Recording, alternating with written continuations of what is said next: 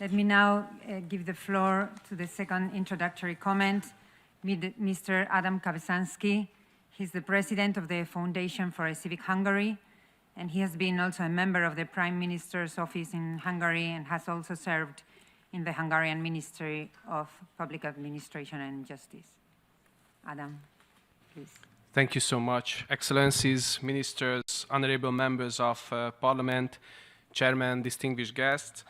We gather to commemorate the 75th anniversary of the Universal Declaration of Human Rights in times when history has returned, rather never ended, and war, violence, crisis, environmental degradation are threatening these fundamental rights just as much as certain political ideas. One might wonder what Hungary has to do with all of the above. We were not among the signatories of the declaration back in 1948. We were not even a member of the United Nations. Frankly, it would be almost cynical to expect this from the illegitimate communist Hungary of the time, where a few years later Soviet troops crushed the people's fight for freedom and, in collaboration with the Hungarian communists, tortured and executed the freedom fighters. As Ronald Reagan, one of America's greatest presidents, said, freedom is never more than one generation away from extinction. We didn't pass it to our children in the bloodstream.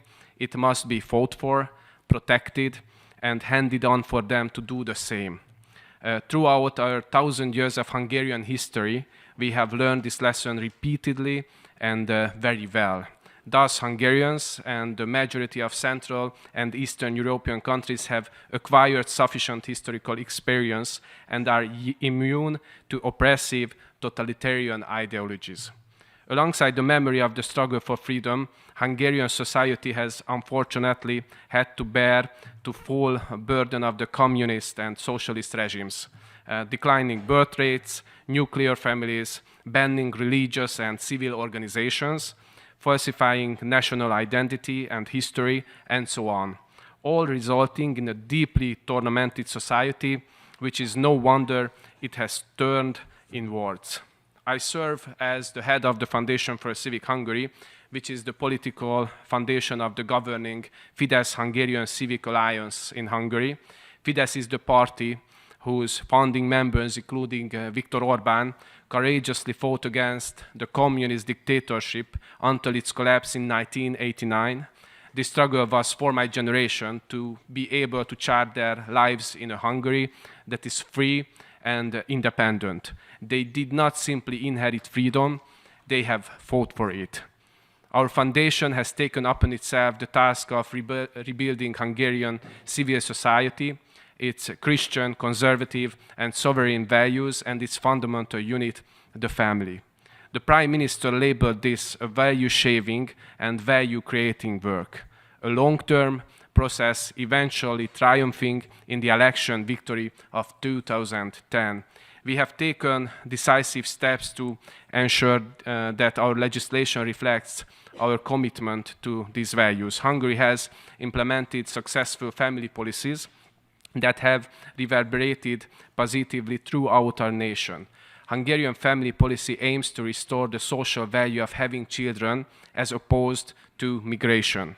The most important objective is that whoever has a child has a better life, and to make it worse economically as well. We have introduced measures such as the Family Housing Allowance Program, generous tax benefits for married couples with children or expecting to have children, or a lifetime personal income tax exemption for mothers with 4 or more children.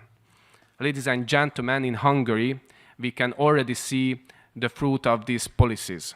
As a result, in the past decade, the number of marriages had almost doubled since 2010. The number of abortions had dropped by 41%, and the willingness to have children is also steadily increasing. We can proudly say, without Hungary's family policies, some 1,200,000 fewer children would have been born over the past 10 years.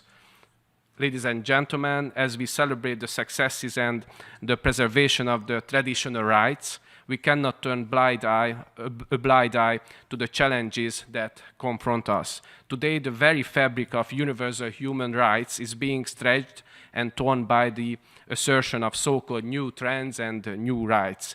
These new rights, which are neither universally recognized nor rooted in the document, pose a threat not only to the rights we hold dear, but to the cohesion and harmony of the international community. Having to call a person they, them, or using the gender-neutral word parent one and two instead of mother and father, or wishing happy holidays instead of Merry Christmas to protect someone's personal identity, for us Hungarians is just as ruthless, as imposed, as calling others comrades in the communist system. Our national anthem starts with the words, God bless the Hungarians. Therefore, these words open also our fundamental laws. Later followed by our statement, the mother shall be a woman, the father shall be a man. We never thought we would need to discuss this universal and simple truth. And, of course, we never thought that we would be attacked for that. So, ladies and gentlemen, the rights we hold to be universal are those that reflect our common humanity and the dignity bestowed upon us by our Creator. We must be vigilant and ensure that the noble intentions of the Universal Declaration of Human Rights are not undermined by fleeting social trends and political agendas. Ladies and gentlemen, in closing, I would like to turn your attention to one final topic, the situation of the Hungarian minorities in the Carpathian Basin. Someone might think that for those of us born in 1993, like myself, freedom has been a bright right taken for granted.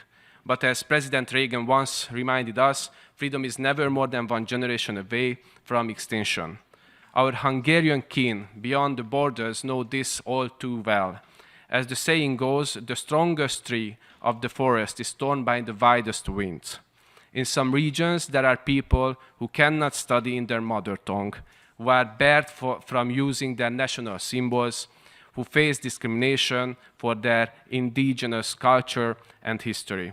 Intimidation, violence, and discrimination are not tales from a distant continent, but the realities of 21st century Europe. We must remember to stand up for the rights of Hungarians and all other national minorities and of everybody and everywhere, not just to celebrate our freedom, but actively defend it for all.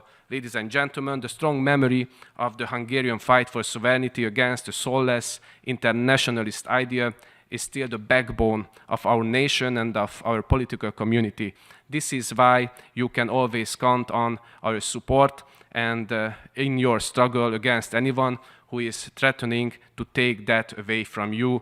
As the chairman of the Foundation for Civic Hungary by Fidesz, I once again welcome you to the 5th Transatlantic Summit.